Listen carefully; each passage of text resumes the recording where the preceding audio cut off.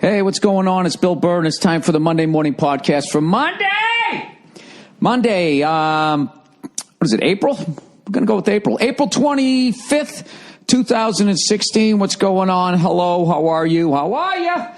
I just got back from Iowa, connected through Phoenix, could not get a direct flight out of Des Moines International Airport in Des Moines, Iowa. One of the greatest international airports you'll ever go to.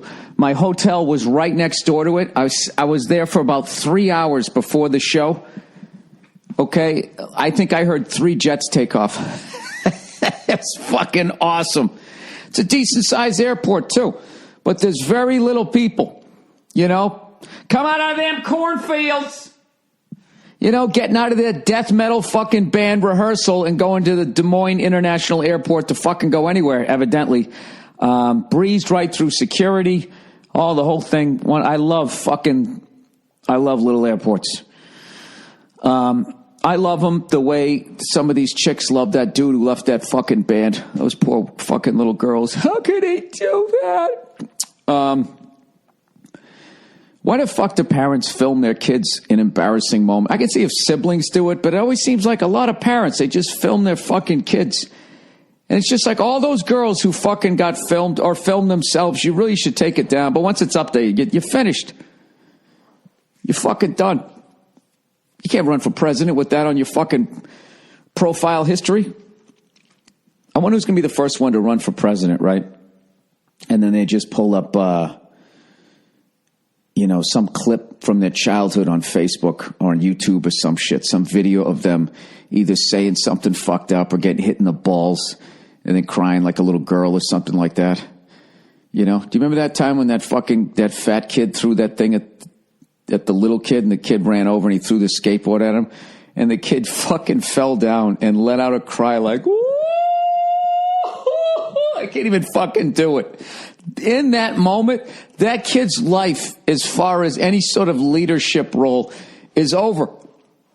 You know, and I know what you're saying. You're going, well, look at him, Bill. He's out there eating ring dings, running around with his high-pitched voice. Who's going to follow that into battle? It's like people fucking develop later in life. You know, you should have seen me when I was a kid. Better yet, it was a good thing you didn't. Fucking orange hair, you know, fucking total introvert. Lunatic. Literally could not talk to a girl without my face turning beet red. I was a fucking mess. If there was fucking videos of that or all the fucking ass kickings I took. I remember a girl beat me up when I was in 3rd grade. This 5th grade girl beat me up because I was playing with this kickball and her sister came up and was playfully taking it away from me. So I ran up to take it back and she was running along the school and I ripped it out of her hands. You know, used to playing with boys, and she's kind of careened into the side of the school, which, of course, is made of brick. Because, you know, if it catches fire, you know, you want something to be able to rebuild on. You know? I mean, all those rugs and everybody inside are going to go up like a fucking bowling alley. But you want the main structure, because the town's got to pay for it. So anyways, she goes into the building, hit her head, and as I'm like, oh, fuck, I'm sorry, her fucking sister showed up. There's a big difference between 3rd grade and 5th grade. She looked like a substitute teacher to me. That's how much fucking older she looked to me. And she fucking just rained these fucking punches down on me. And I held it together, you know. I waited to the end of the round. I knew I was going to lose the decision. And I was all right. I was trying to walk it off. It really fucking hurt. And then some girls, I forget what she said to me, but it actually made me cry. She said something supportive. I have no idea. So, yeah, now if there was video of that, I mean, that's it. If they ever had, I mean, this is a guy you want running the country, gets beat up by a girl and starts crying. How the hell is he going to keep America safe? How's he going to keep children safe? How's he going to keep Jesus safe? And then that's going to be the end of it. All these fucking people where you just film your fucking kids. All this oversharing. I don't give a fuck that your kid's 13 years old and is in love with a boy band. Stop filming the fucking thing. I mean, I'm not talking about the kids who film themselves, but just sometimes it's parents, which is really weird. Like, I hate those families that all get into their caravan and they start singing songs or doing dances. And they're just like, wow, that's the funnest family ever. You know, I can see through it. You know, the second the camera turns off, the dad turns into Joe Jackson. Starts beating their asses all over the fucking house. Anyway, sorry. That was just a complete left turn. But I don't know. I'm actually fascinated with that dude leaving the boy band at the height of their fucking popularity. You know, just as far as, you know, being in the entertainment business, going, all right, now how do you do this? Did he make enough fucking money? You know goddamn well his manager and everyone around him stole from the guy. Did he make enough fucking money?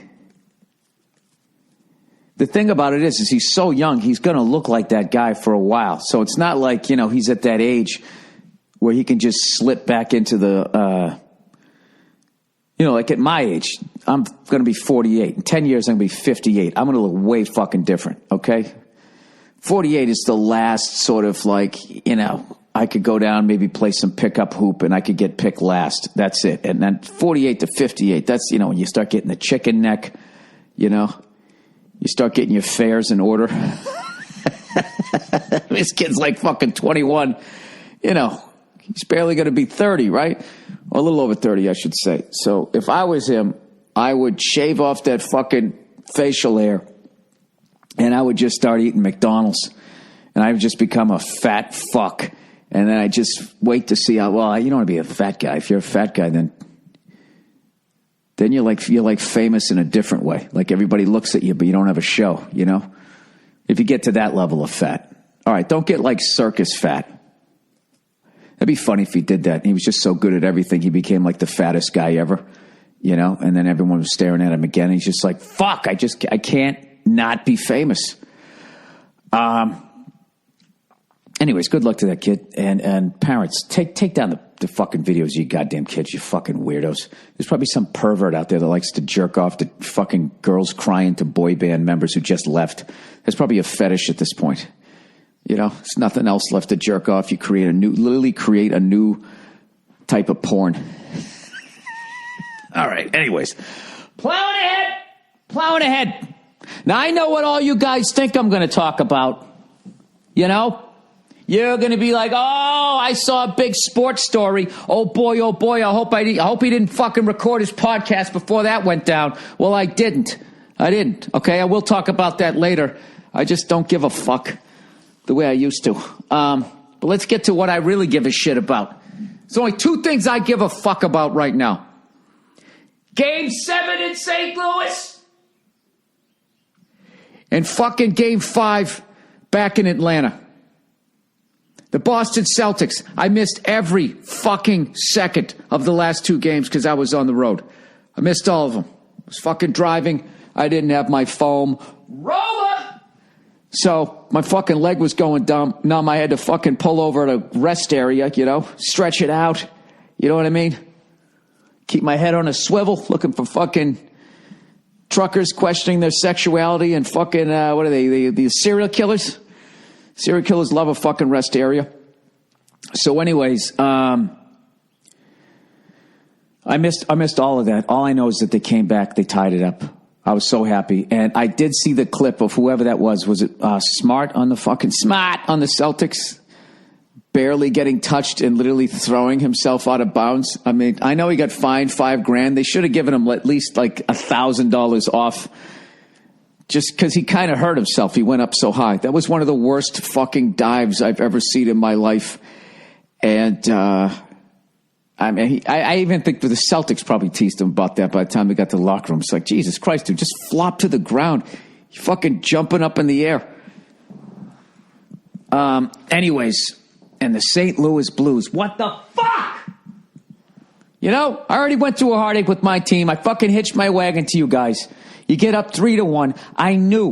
I fucking knew they had to win Game 5. Game 5, you know what's so fucked up about a 7-game series is you're up 3 games to fucking 1. And you're thinking like, all we got to do is just fucking win 1. No, you fucking have to win Game 5. Because the second you don't win Game 5, the last 2 games, the pressure's on you. All of a sudden it goes, oh, no, wait a minute. They lost Game 5. The other guys, when the next game is tied up. And then, you know, I'll tell you right now, anything can happen. The Chicago Blackhawks have the momentum going into Game 7. The St. Louis Blues have a history of playoff collapses. You know, that's all they're saying on the fucking... Oh, my God. Oh, my God. I had such belief in this team. I still believe in them. They went up fucking 3-1. And I was sitting there, and I said, without a doubt, I said, the fucking Celtics were going to win Game 3. I called it, and then I talked shit, and I said, like I said, the Celtics were going to win Game 3. The fucking St. Louis Blues are going to win Game 6. And they were up 3-1 before I went on stage in Kansas City.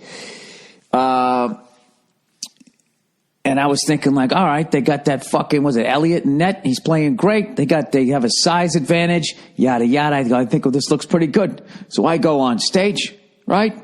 I do my shit and dick jokes for about a good hour and a half. I come off the stage, had a great fucking show, and I walk in the green room, and all the fucking Blackhawks fucking cheesing, ear-to-ear grin. They cut to Mike Milbury, and I see the final score. Was it like 6-3? And I was just like, what the fuck happened? I'll tell you what happened. 5 unanswered fucking goals is what happened. I've yet to see the highlights of that, but I'm recording my podcast right now, and then I got to go over to the writer's room here, working on episode 3, written by yours truly for next season. Who hypes a cartoon fucking 13 months before it comes out? This guy. And then I'm going to be, I'm taping the Blues game. So I'm not going to be on Twitter or any of that shit, just in case you guys, send me scores and shit. But I can't wait to fucking watch that game. It's going to be great either way. I want to see St. Louis win, but you just have to respect the fucking greatness of the Chicago Blackhawks during this era if they come back from this. I mean, it's just, it goes beyond, you got to have guys like that. Guys that have one fucking, what did they win? 2 already? 2 or 3? 2, I think. They still want to win more. It's very rare. It's very rare. Most of the times, a guy wins 1. He's done. Or he wins 3 and he just says fuck and he keeps eating until his belt buckle bursts. That's what usually fucking happens with superstars. So anyways, I can't wait to see that. And then the Game 5 of the Celtics is tomorrow night, so I'll be taping both of those. This is such a fucking great time of year. So a little bit of advertising. Cheris Berries. All right. There's no one quite like Mom. All right, that started creepy. Every mom is unique, and we wouldn't want to change a thing. Talk about your mom or your wife's quirks. Why do they fucking do that? No, I'm not going to. And with Mother's Day just around the corner, I have a great way to show Mom how much you appreciate her. Surprise. I shouldn't have done that Tom Brady shit before I got into this. I'm going to be in a mood. All right. And with Mother's Day just around the corner, I have a great way to show Mom how much you appreciate her. Surprise Mom with something unexpected and as unique as she is. Cheris Berries. Mom, I love you to death. You are as unique as chocolate-covered strawberries. That's where I put you on the fucking pyramid. It goes you're in tie. You're a tie with chocolate-covered strawberries. All right, right now, get Cheris Berries, freshly dipped strawberries, starting at $19.99 plus shipping, or double the berries for only $10 more. This is an exclusive offer for my listeners. Go to berries.com, click on the microphone at the top right corner and type in my code Burr. Berries dipped in milk, white, and dark chocolatey goodness, topped with rich chocolate chips, chopped nuts, and signature swizzles. Huge, fresh, juicy, delicious. You pick the delivery date you want and it's guaranteed. Customer satisfaction is always guaranteed or your money back. It's a win-win. Here's the only way to get this amazing deal. Freshly dipped strawberries starting at only $19.99 or double the berries for just $10 more. This is an exclusive offer for my listeners only and every other podcast that they advertise on. When you use my code Burr, B-U-R-R, visit berries.com, B-E-R-R-I-E-S.com. Click on the microphone at the top of the homepage and click in Burr. That's berries.com. Click on the microphone and enter the code Burr. This is a limited time offer, and Mother's Day is next week. Make sure to order now. They're fucking delicious. So everybody tells me. Everybody tells me they're fucking delicious. They're fucking delish. But, you might want to get her a fucking brush, too, or something, You might want, I'm just saying, you know what I mean? Get a little more bang for your buck. All right, ProFlowers, everybody. ProFlowers. Mom has always been an expert on everything. Cooking, relationship advice, fixing your cuts and bruises. Talk about your mom, wife. Why do they do that? I'll tell you, I remember one time I got hit by a car. You know? I got hit by a Jeep, right? And my bike was all fucked up and I was knocked out for a second. And then I woke up in the middle of the street laying on the double line. I got out and this guy got out of the Jeep crying, going, "Oh my God, I hit him. And then I went into the house. And I was like, "Mom, I got hit by a car." And she's like, "Well, what? That's what you get for not looking both ways, you idiot." And I was like, you know what? Someday I'm going to have a successful podcast and I'm sending her flowers. Sorry, I had to honor my contract there and tell a personal story about my mom or my wife. One thing you can't go to her for advice on is what to get her for Mother's Day. Not to worry, you'll look like an expert on Mother's Day when you use ProFlowers. Get Mom 100 blooms with a free glass vase for only $19.99 plus shipping and handling. Or make her day extra special. Upgrade to a premium vase and add gourmet chocolates for just $9.99 more. Go to ProFlowers.com today and use my code Burr. You choose the delivery date you want and it's guaranteed. It's a no-brainer.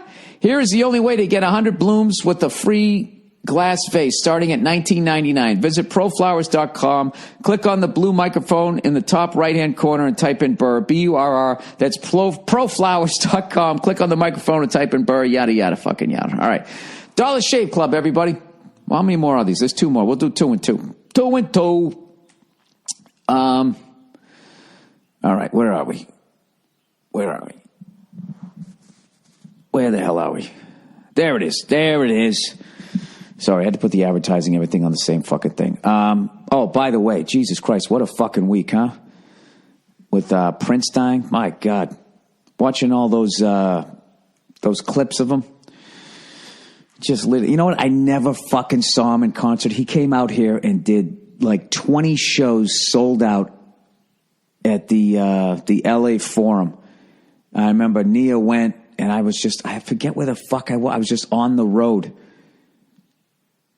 It was like the first couple of nights I had gigs still out here, and then I left, for did a 10-day run, and he knocked out all those shows or some shit, and I came back, and I remember thinking, you know what, I'll catch him on the next one. And unfortunately, that's not how life works. And I got to tell you, though, the level that guy affected people. I mean, they literally lit up the Eiffel Tower in purple. I mean, as far as an artist, it's about as big as honor as you get. All these fucking monuments around the world getting lit up in purple, man. I knew that we loved him here. I had no idea the level of fame that guy had, man. That's fucking crazy. So, 57. Jesus Christ, I'm 48. That's all I was thinking. Good Lord, got to lay off the sauce. Anyways, I want to thank everybody who came out to all my shows this past weekend. Had a great fucking time. Played one of the most beautiful theaters I've ever played. I played the Fox Theater in St. Louis. And they take you upstairs. And if you ever get a chance to take a tour of the place, you have to see some of the signatures that are on the wall. Please don't sign the fucking wall. There's fucking people did that next to Stevie Ray Vaughan's. One of my pet peeves is when somebody fucking huge signs a wall, and then all these fucking jerk-offs write within the name. You know what I mean? It's you're nowhere near that guy. You shouldn't even sign on the same fucking wall. David Bowie was really cool. David Bowie actually signed next to his name, but he just scribbled his. You can't even tell it, so I'm a fucking hypocrite. So I signed near his. But what was so cool was the whole Stevie Ray, David Bowie story from back in the day, when Stevie Ray went to, the Monterey Jazz Festival, and they got booed off stage, and David Bowie was in the crowd, but loved Stevie's playing, and afterwards came up to him and blah, blah, blah. That's how he ended up playing on his Let's Dance album, and then he wanted Stevie to go out on tour with him, and Stevie just wasn't feeling it. He went to some of the rehearsals and just I can't fucking do this. I want to go back to Texas and play in my trio. Started all over again, and then became a giant on his own rather than being part of David's band. And just the two of them, just to be that close. What was Jerry Lewis? of course, now I'm forgetting. Sammy Davis Jr., Tony Orlando, just a bunch of random shit too. And all this shit from the 80s, like the Thompson twins, all this crazy stuff in there.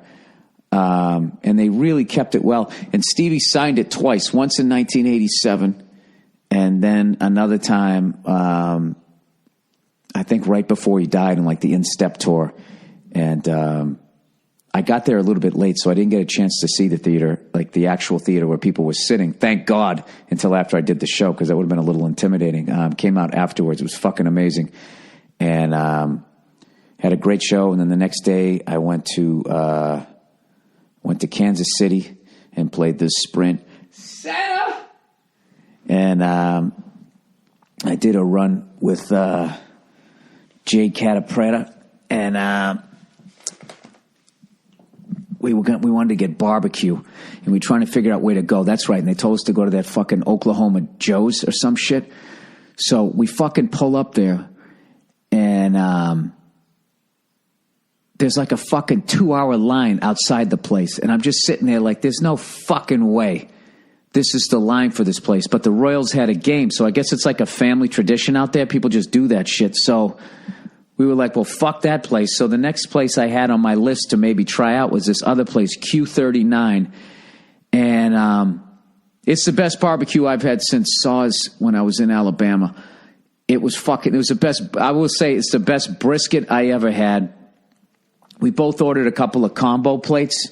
So, we ended up having the smoked chicken, brisket, ribs, and the fuck else was there? Oh, and of course pulled pork, and it was fucking amazing. But I have to tell you, dude, right after that, man, I felt like I'm too old to eat like that.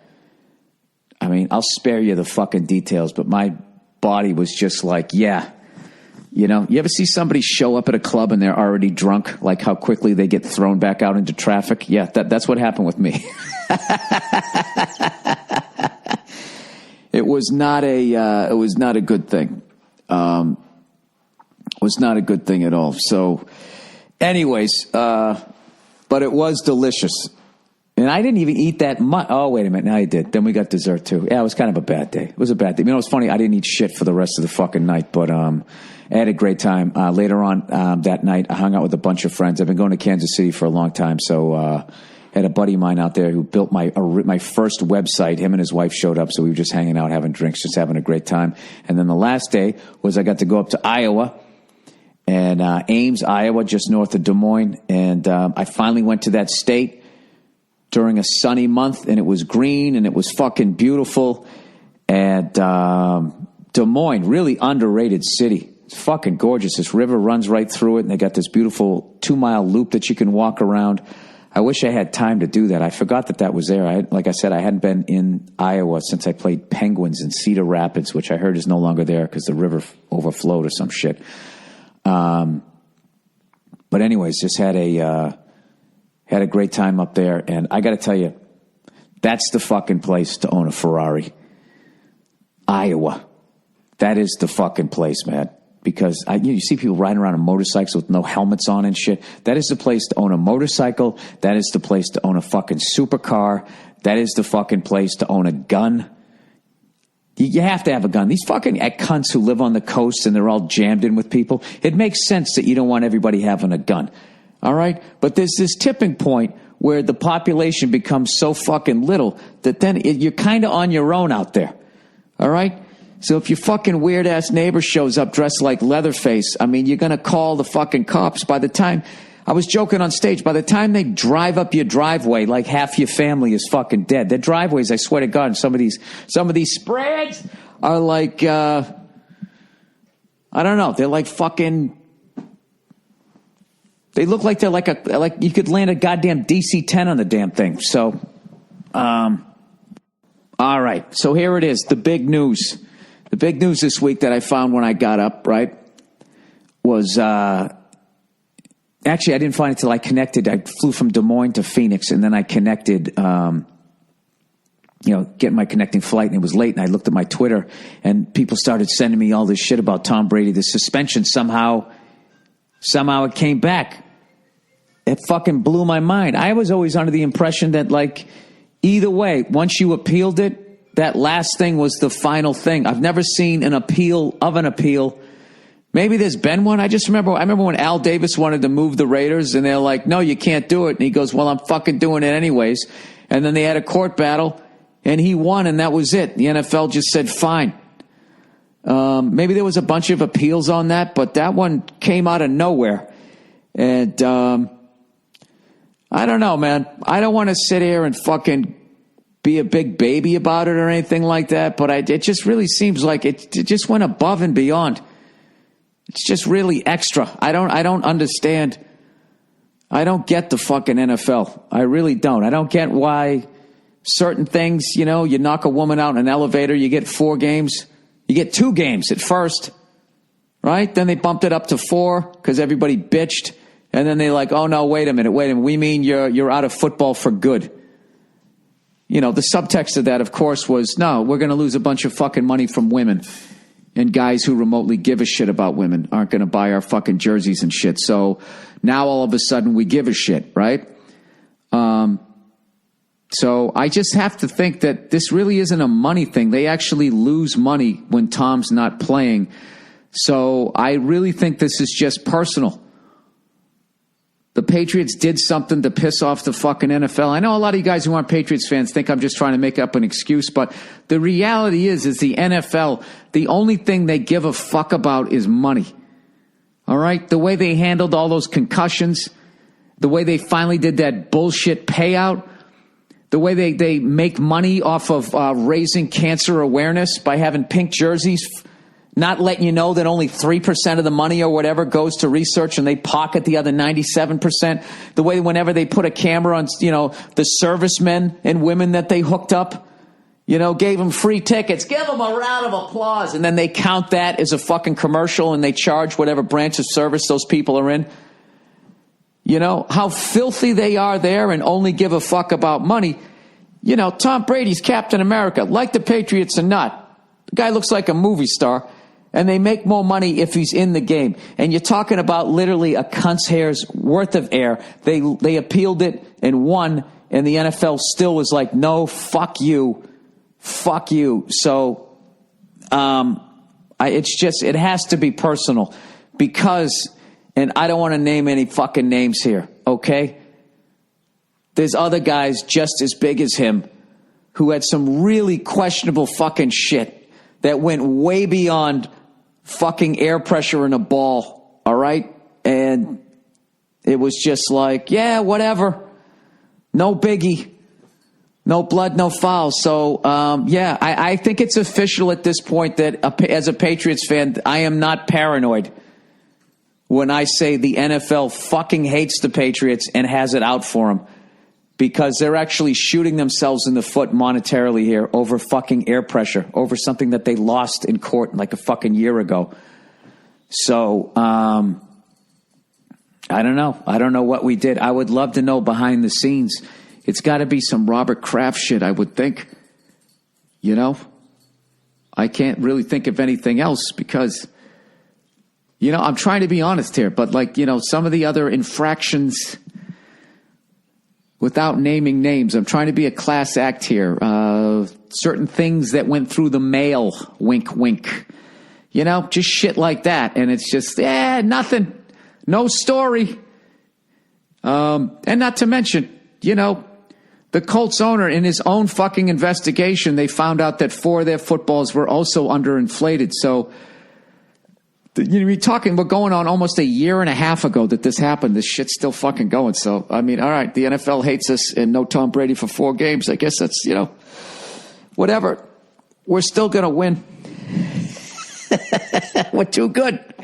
We're still going to fucking win. All you're going to do is just make Bill Belichick a better fucking coach. And he already prepared for this last year. So when we get fucking Janine Garofalo in there again, I think he goes 2-2. I'm looking forward to it. All right. There you go. There's all of that type of stuff. What a fucking weekend I had, man. I can't tell you how much fun I had going out there and doing those shows, man, and working on my act and all that. It's great. I have the best fucking life.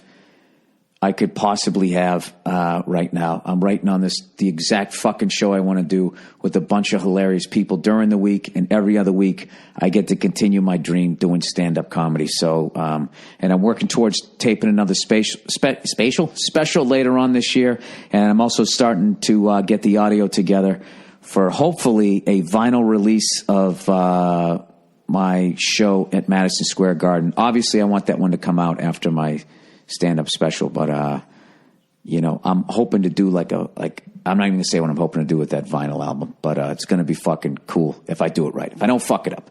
All right, so anyways, here we go. Let's read some questions here for the week. Bill, when I travel out of town for games, I bring the stick. Oh, this is about foam rollers. Because, dude, I'm telling you, that foam roller changed my fucking life. Any old people out there like me? If you're young, you should fucking do it. It's the greatest goddamn thing ever. There's nothing better than, other than eating right and that type of stuff, finding love and not having your quarterback suspended for 4 games over some cunty air pressure. There's nothing better than just being able to move your fucking body, and stretching is the best. Really, yoga, Pilates, all of that shit is probably the best shit you can do, because it really keeps you in shape. It really keeps you flexible without hurting yourself. I can't help it. I'm a child of the 80s, so I always have that world gym, gold gym. Push it up. No pain, no gain. I always have to fucking, dude, what are you benching? What are you benching there, kid? I always have, that's always going to be in me. But anyways, these foam rollers, I'm telling you, they're the shit. So, but I never heard of this. This kid's recommending the stick. Doesn't it sound like a paid advertisement? It isn't. He said, I can fit it in my carry-on. It'd be great as if this kid invented it and he's actually getting a free commercial. He said, I can fit it in my carry-on or in my gear bag. So it travels a lot better than any foam roller. And it's a lot easier to do just sitting in a chair and not having to roll around on the floor. You might like it. It's what keeps me functional when I have 3 to 4 hurling games, crazy ancient Irish sport, to play in a day at a tournament. Well, wait a minute. I got to look this up. If it's an Irish sport, 2 things. It's fucking crazy, and there's nobody stretching. Hurling. I'm going to show somebody puking.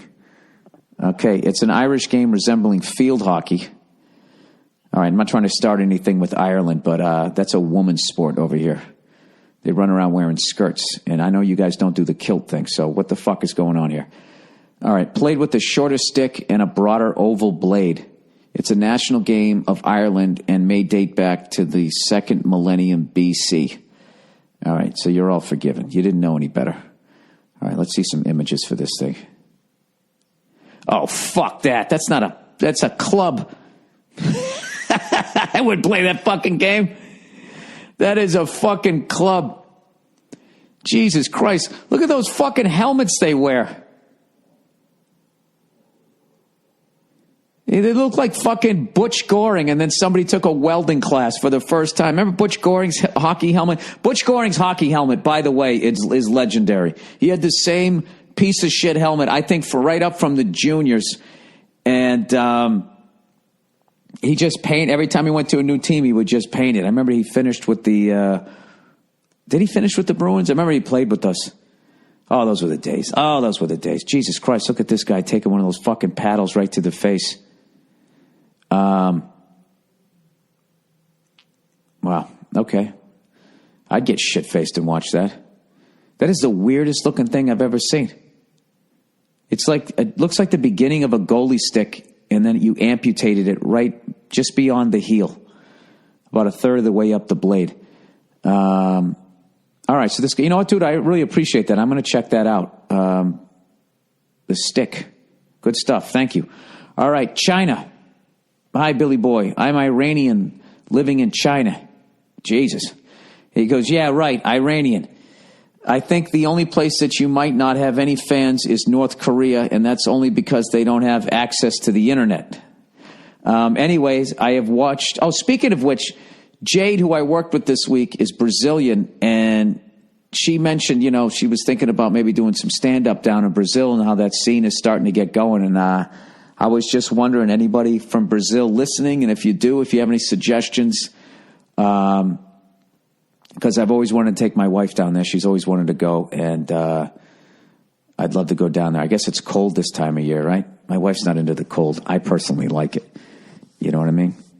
That's all good for me. I got no problem with that whatsoever. But let me know what's going on down there. And I'm psyched you guys are getting some stand-up shit going, because I'd like to see your Chappelle's, Louis C.K.'s, and Dave Attell's. That's what I'm looking forward to. All these, like India and all these places that are starting to get comedians. I can't wait to see the greats that come out of those different cultures. All right. So anyways, let me continue on here. Anyways, I've watched all your videos on YouTube and followed your podcasts for more than 6 months. You are indeed a funny guy, though my Chinese wife does not get your jokes. Women around the world do not like my act. Maybe I should change her to one with better taste. I think he's giving me shit there. He goes, I think you have so many fans here, especially among ex-Patriots. Well, if you're in Hong Kong, yeah, I did a show out there. He goes, I don't know if you've ever been in China, but really hope you get your ass here someday. Looking forward to hearing back from you. Please fuck yourself every day in the morning before breakfast. Yeah, I was in Hong Kong last year. I've never been to the mainland, but I heard when you go to the mainland, it's just straight Chinese. You know what I mean? Like all the expatriates seem to be in Hong Kong. So I would go to mainland China, but I just feel like other than seeing the Great Wall and eating some delicious food, I don't think I could do a show up there, because I would be worried that not enough people would be able to understand what I'm saying. And even if they could understand it, I think maybe I don't know. I think they'd be like your wife, like, I don't get what he's talking about. Anyways, okay, continuing on. Hillary Hot Sauce. Oh, Hot Sauce Hillary. Yo, Billy, listen to your Thursday podcast, and the bit about Hillary and the hot sauce is actually true. There are interviews with her talking about this over a decade or so. Apparently in the 90s, she learned how healthy it was to eat hot peppers, and so she did, and she grew to love hot sauce. It's also known that she kept a lot of hot sauces at the White House where she lived. Anyways, for some reason, I felt bad for her, so I thought I'd write you. Well, here's the fucking thing. You know what? You know what I like? I like fried chicken. Okay? I would never bring that up if I was talking to a bunch of black people trying to get their votes. You know what I mean? Even if she is into it, what you just said, she is fine. It's still a fuck. It was just tacky. Hot sauce. I always had, it wasn't lipstick. It wasn't anything like that. All the other bullshit that she has. Yeah, I just don't buy it. And I just think they're lying sacks of shit. And I've had 20 years experience watching them on TV. I lived in New York when she was a senator there. I watched Bill Clinton for 8 fucking years.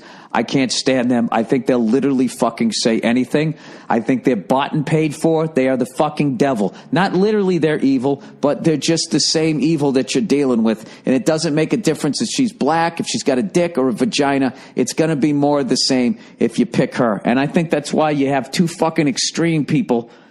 I think people are sick of that, and that's why Bernie's still in it and Trump is still in it, because I think generally speaking, people know that whatever the fuck we're doing, it's not working. It's not fucking working. So, and maybe nobody can fix it. You know what I mean? You got fucking, 400 or 500 million people. You can get them all to try to tug the rope in the same direction. I mean, it's a very difficult thing to do. And, I don't know. I just wish the election was tomorrow and we could just get it over with. I saw this funny sign on the internet, and it said 2016, everybody sucks. or something like that. Something about all the candidates. No, but there's, I don't know. I butchered it. You know what? To make up for me just butchering that thing, I might have to put the picture of it, which I probably won't be able to find. So I think I'll just have to take it that I fucked that up. All right, let's read the last two advertisings here. Advertisings. Cheris Berries. Where the fuck are they? God damn it. All right, here we go. Oh, I should probably make a prediction here, right? I don't know how to, I have no prediction for Game 7. I want the Blues to win. Fuck. You know what? Fuck it. You know what? I'm not going to say anything, because at this point, Blues fans are going to hate me if I fucking predict them again. People get all fucking with that mojo shit. You're going to jinx them. Fuck it. I'm just going to watch the game. All right, Dollar Shave Club, everybody. DollarShaveClub.com has a special offer for new members who join today. You'll get a free month of the Executive Razor when you buy a tub of Dr. Carver's Shave Butter, also known as Dr. Carver's Easy Shave Butter. This is the first time they've ever done something like this. And once you try DollarShaveClub.com, you'll become a proud member like millions of others. One reason is because they deliver amazing razors right to your door for a third of the price of what the greedy razor corporations charge. That means when you join Dollar Shave Club, you can afford to shave with a fresh blade anytime you want, which feels phenomenal. You'll get a first-class shave when you use the executive blade without hurting your wallet. Another reason is their Dr. Carver's Easy Shave Butter. Using it with the executive razor makes the blade glide gently for the smoothest shave ever. Dr. Carver's Shave Butter isn't your average shave cream. It's a unique conditioning formula with high-quality natural ingredients, leaving your skin unbelievably soft and smooth. And right now, new members will get a tub of shave butter and get the executive razor for free. They've never done this before. Take advantage of it. It's only available by going to DollarShaveClub.com/Burr. That's DollarShaveClub.com/Burr. All right. Blue Apron. Okay, you need to learn how to cook. You need to know how to cook, I should say. Not only do you feel like you know your way around a kitchen, but cooking at home means eating healthier and saving money instead of ordering expensive takeout again. Well, where do you start? Blue Apron has you covered. For less than $10 per meal, Blue Apron delivers all the fresh ingredients you need to create home-cooked meals. Just follow the easy step-by-step instructions. Each meal can be prepared in 40 minutes or less. No overwhelming trips to the grocery store. No more sad takeout. No matter your dietary preferences, Blue Apron makes it a breeze to discover and prepare dishes like pan-roasted chicken with Lancietto kale and blue potato hash. I can't even say half this shit. I saw Marin posted a picture. It looked delicious. Brothy yuzu cod with soba noodles. Locked in. Is this even real stuff? Yuzu juice and soba noodles. Steak and grains of paradise and mashed plantains. Pink lemon, ? I don't know. It's your shit. The fuck do I know? A rose con polo. Codfish and chips with aioli. I know that word. Pork roast and whole roasted carrots with brown buttered spinach. Ah, fuck it. I get it. Quiche with TK products. Am I really supposed to read all of this? Spinach with red lettuce. Spiced chickpea burgers. I'm going to start crying here. With Fatovin sweet potatoes, man. Lemon yogurt sauce, kale, we fucking get it, with soft-boiled eggs and quinoa and all that. Hey, where the fuck's the rest of the copy? I don't know. Go to blueapron.com/Burr. Click on the microphone at the top of the homepage and type in Burr. I hope that's what I was supposed to say. Jesus Christ, they typed the whole fucking menu. I feel like I was introducing the fucking Wu-Tang. All right, cash and banking. I listened to your podcast today and about money, how it's just a number while relating to paychecks. I couldn't agree more that they are intentionally phasing out cash, period.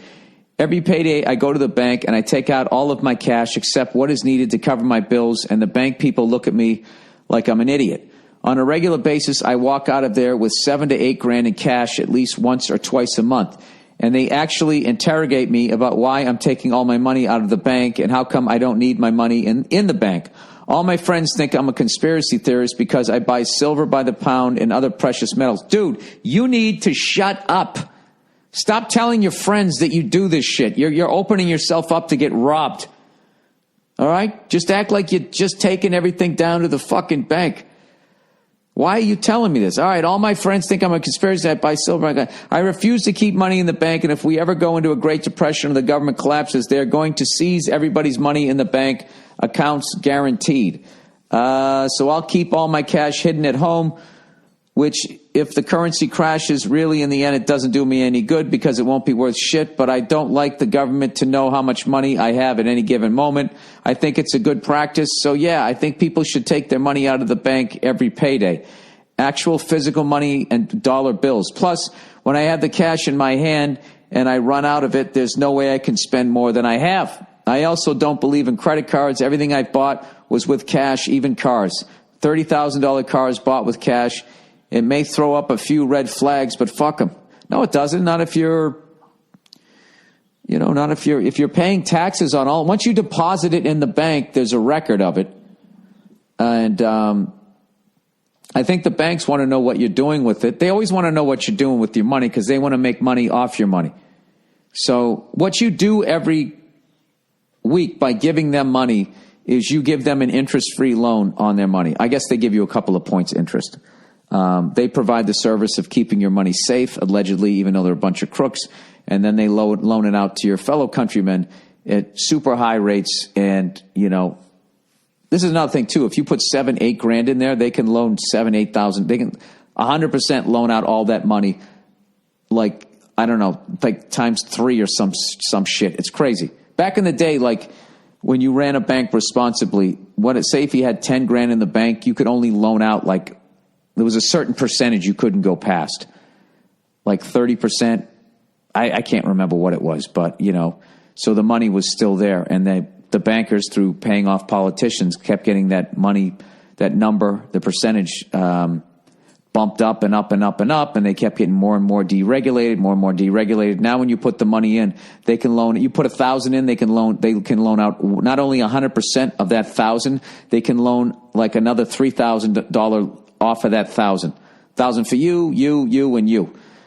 So they basically counterfeited like $3,000. As far as the shit that I've read, and I haven't looked that stuff up for a while. Things might have changed after 2008, but it's a pretty shady thing. But I will tell you, I don't feel comfortable having a bunch of cash in the fucking house. I always hear the first 48 playing in my head. So, good luck to you. You know what I did after a while? I just tapped out of conspiracy theory. I got a fucking dog. I watch sports, and I take comfort knowing that I can only die once. That's what I do. All right. Okay. Oh, Jesus, another fucking hair loss thing. Is this going to be another guy asking me, should I shave my head? Should I not shave my head? Should I glue something on there? Hey, old flowers for billion. I'll keep it short, parentheses, and thinning. I've been losing my hair for the past couple of years. It's thinning at the top and has been doing so for 6 years. I know you've gone through the same predicament. You're very perceptive. I'm going to go out on a limb. I think you know what I'm talking about here. He goes, I know it shouldn't matter, and I should probably just shave it, but I love my hair. My God, do I love my hair. I remember when I used to get my hair cut, every barber or stylist I went to said how it was so thick, and I would never have to worry about going bald. Those lying fucks. So when it started thinning, I, like most guys, started reading everything I could. I found out that most men have had success with Propecia. It's a one-day pill that you take. 60% of men have regrowth, while 30% keep what they have. Now, what does that mean? 60% have regrowth and 30% of that 60%? Yeah, I guess that would be, yeah, that's obvious what that would be. Keep what they have. No. Or is that the other 30? 60% keep what they have. No, 60%, Jesus Christ, Bill, have regrowth. 30% keep what they have. So now are we up to 90%? Yeah, I guess we would be.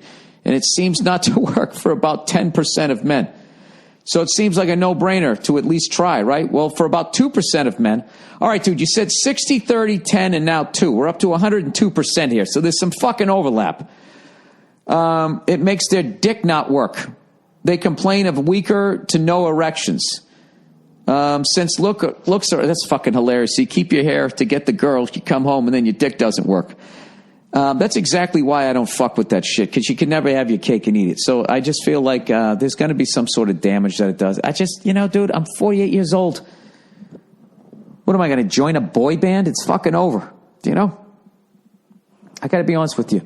If you don't fight aging, it's pretty painless.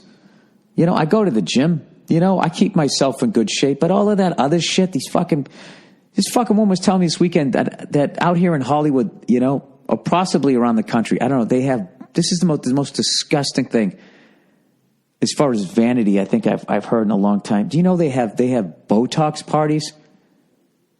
Like they come over, they drink drinks, they watch a show or something like that, and then you can go over and you get like that shit that makes your face look like the Joker. just shot into your face, like this foreign chemical under your skin. You know, I guess it's your skull right there, and it is protecting your brain, but I just feel like somehow it's got to leak in there, right? Or it goes into your fucking bloodstream or something. Somehow it ends up in your brain. You're just literally injecting chemicals into your fucking face. It's the amount of people that won't do heroin but will put Botox in their body. It's just, I don't know. I guess it's whatever the fuck you're into. I don't know. I like I said, if you just accept the fact that, you know, you're no longer young and you dress your age, you know, you don't look that, you know, if you keep yourself in shape, you look fine. You know what I mean? You don't look sexy. You're not attractive, but you shouldn't be. You should have gotten all that out of your fucking system. This whole fucking thing that you got like these, you know, these broads on the fucking Real Housewives walking around with their bedazzled jeans. They got like 4 kids and they're still fucking putting, you know, hooker jeans on. It's like, what are you doing? You're a mom. You know, the husband's walking around with fucking tank tops on. I just don't understand. Put on a sport coat. You're supposed to be adults. I don't know. I blame Madonna. No, I don't. She looks great. What am I talking about? You know, he goes, oh, what the fuck? What the fuck? Shut up. You'd still bang her. All right. Sudbury, the ugliest place in Ontario, Canada. Dear Billy Burr, please talk about your experience traveling through Sudbury. I didn't think it was ugly. I thought it was cool. Did you notice how there were no trees in the area above 10 feet tall or so? Most of the vegetation in the area was destroyed by acid rain caused by the massive mining operations in and around Sudbury. Our stupid tourist attraction is the largest nickel in the world. Luckily, they solved the population problem by building a gigantic smokestack. Currently the second largest freestanding chimney in the world to spread the pollution out over a larger area. Industry has been winding down, so now we have more unemployed, hardworking Canadian rednecks than ever. Great place. Can't wait to get anywhere else. That's fucking hilarious. That person may have a future as a writer, man. See how fucking humor works when you hate where you live? I didn't hate where I lived, but I mean, there's just certain things that can fucking bring it out of you. I had no idea. I didn't know anything about that. I had a great time when I was up there, and, you know, I'm a nerd when it comes to traveling. I like going to places I haven't been to, and at this point, there's nothing I like doing better than not going to the major city.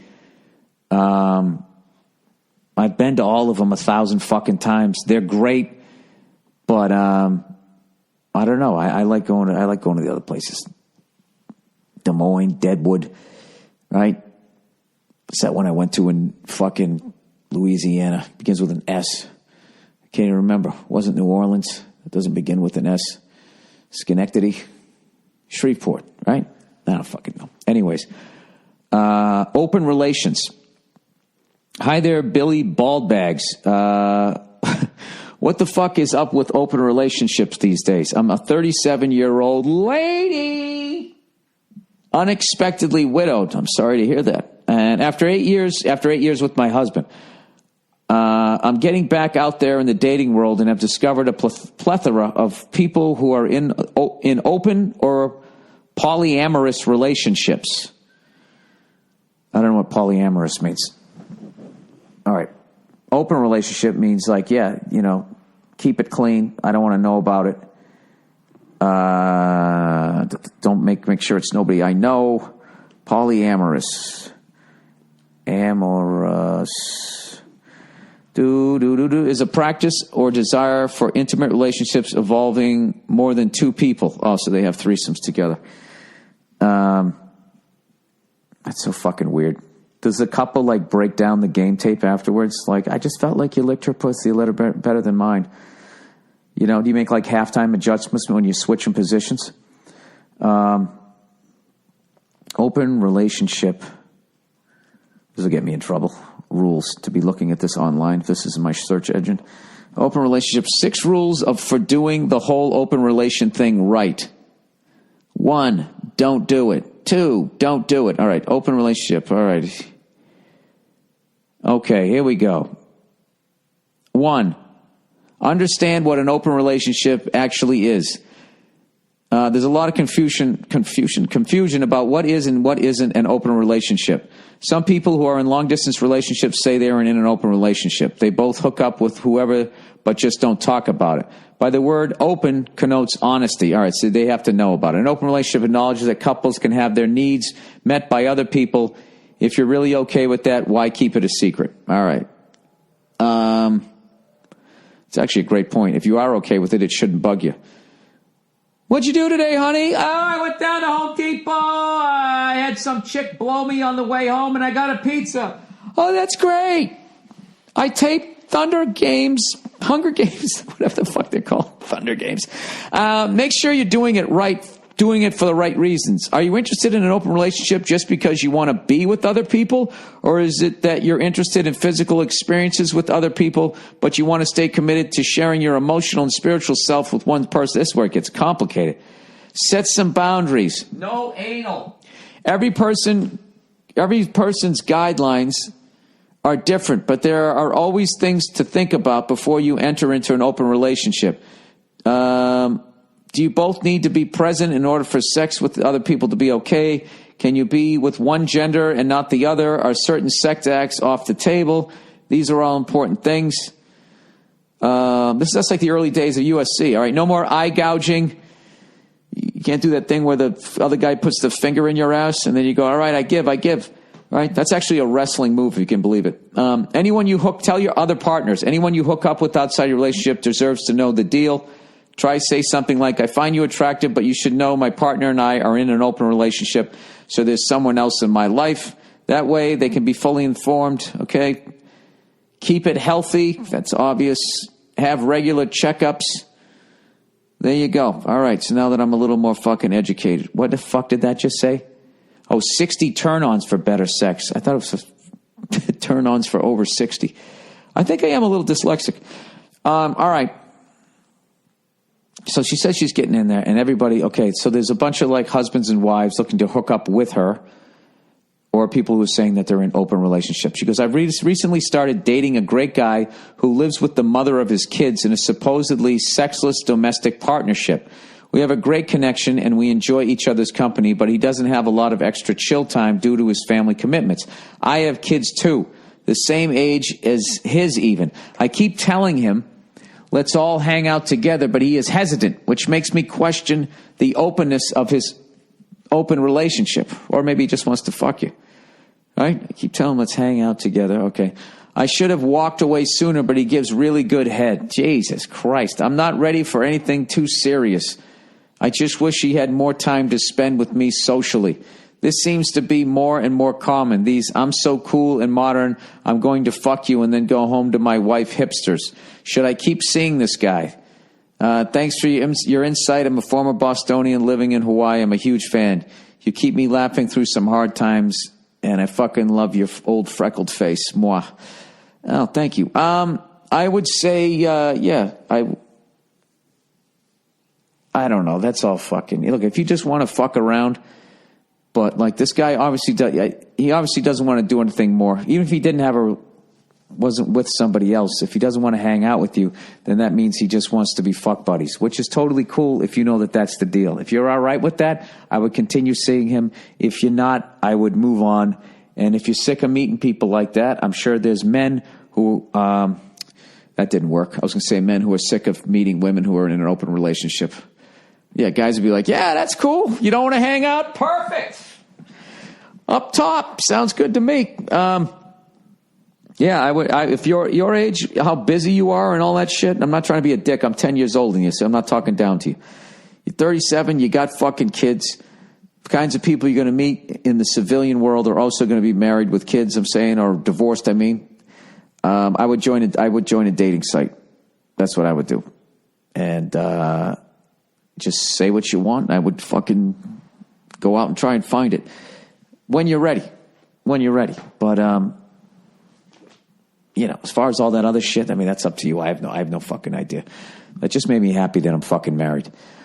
And Jesus Christ, more and more fucking brutal goddamn shit. I'm not even getting to. I know you guys all heard some sad news about comedians this past week, man. Just fucking brutal. Absolutely fucking brutal. Made me feel very lucky and blessed. So once again, thank you to everybody that keeps coming out to my shows. And that's it. That's the podcast. Go fuck yourselves. I'll check in on you on Thursday. And that's it. Don't take any shit out there, you fucking cunts.